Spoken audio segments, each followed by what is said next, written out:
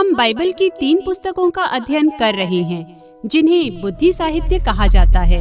नीति वचन, सबोपदेशक, अय्यूब। ये सब एक सवाल पूछ रहे हैं कि संसार में अच्छे से जीने का क्या अर्थ है। हमने नीति वचन को देखा, जिसे आप एक जवान तेजस्वी शिक्षिका के रूप में देख सकते हैं। वह बुद्धि को खोजने की बात कहती है। बुद्धि परमेश्वर का ऐसा गुण है जो जीवन की वास्तविकता में बुना गया है।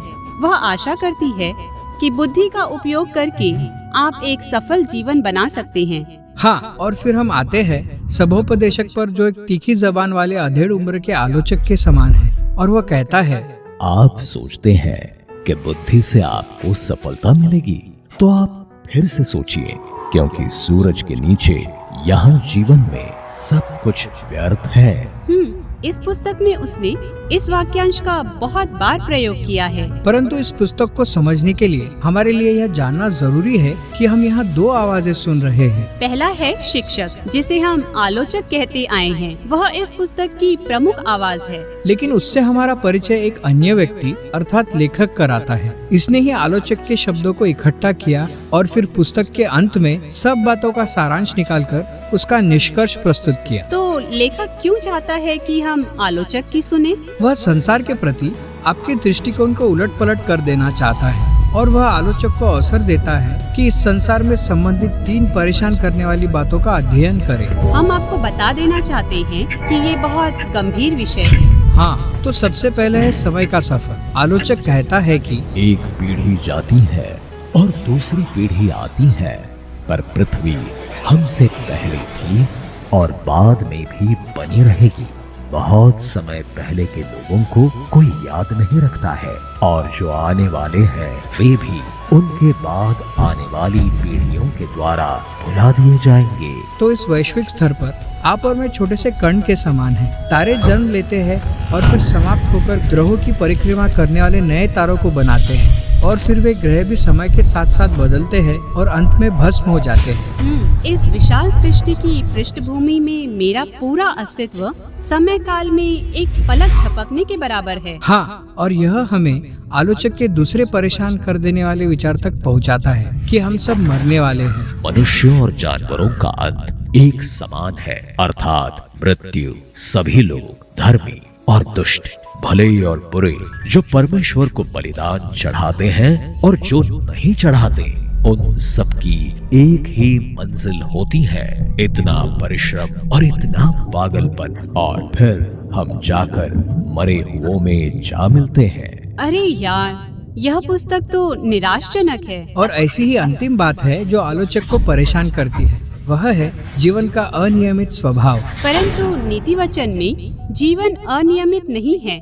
सही काम करने और उसका प्रतिफल पाने के बीच स्पष्ट रूप से कारण और प्रभाव का संबंध दिखाई देता है। परंतु सच तो यह है कि जीवन में हमेशा ऐसा नहीं होता है। आलोचक को व्यवस्था प्रणाली में एक दोष दिखाई देता है। वह इसे संयोग कहता है। उसके शब्दों में, ना तो दौड़ में तेज दौड़ने वाले और ना युद्ध में शूरवीर जीतते हैं, न बुद्धिमान लोग रोटी पाते हैं और न समझ वाले धन, और न ही प्रवीणों पर अनुग्रह होता है। वे सब समय और संयोग के वश में है। उसका कहना है कि आप जीवन में किसी भी चीज को अपने वश में नहीं कर सकते हैं। किसी भी बात का अनुमान लगाना बहुत ही कठिन है। इसलिए अगर मैं जीवन पर नियंत्रण रखना चाहती हूँ, तो मैं अपनी असफलता की तैयारी कर रहा हूँ। पूरी पुस्तक में इन सभी परेशान करने वाले विचारों को बांधने के लिए आलोचक एक रूपक का प्रयोग करता है। लगभग 40 बार वह कहता है कि जीवन में सब कुछ हेवेल है।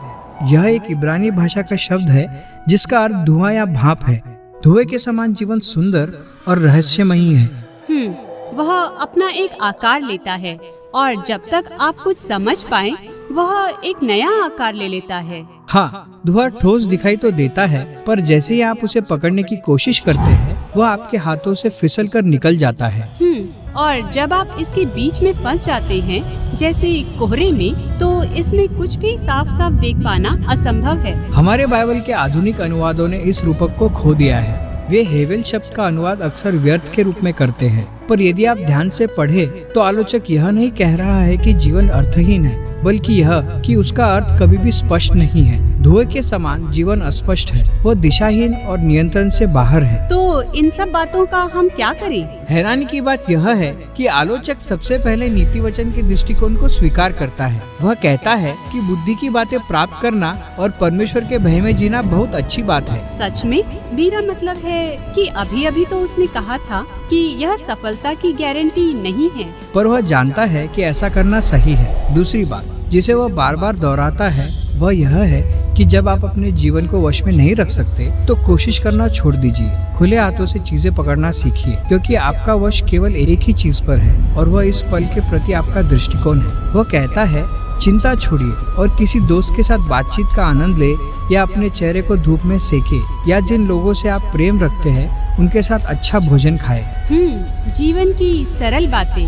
हाँ, और भली और बुरी बातें दोनों, क्योंकि दोनों ही परमेश्वर का बहुमूल्य वरदान है और यह सबोपदेशक की चकित कर देने वाली बुद्धि है। आलोचक की बात सुनना दुखदायी है और यह आपको कुछ अंधेरे स्थानों में ले जा सकती है। हाँ, इसलिए लेखक अपने शब्दों को इस पुस्तक के अंत में बोलता है। वह नहीं चाहता कि आप आशा खो दें। वह आपको नम्र और एक ऐसा व्यक्ति बनाना चाहता है जो इस बात पर भरोसा रखता है कि जीवन अर्थपूर्ण है, उस समय भी जब आप उसे समझ न पा रहे हो, और यह कि एक दिन परमेश्वर इस हेवेल को साफ कर देंगे और जो कुछ हमने किया है उसका न्याय करेंगे। इसलिए वह हमें बताता है कि इन सब बातों का यही जवाब है कि हम परमेश्वर का भय माने और उसकी आज्ञाओं का पालन करें। यही है सबोपदेशक की पुस्तक। अब बाइबल के बुद्धि साहित्य की एक और आवाज है और वह है अय्यूब की पुस्तक। वह बुद्धि प्राप्ति की हमारी यात्रा में हमें अंतिम और अत्यंत आवश्यक दृष्टिकोण तक पहुंचाएगी।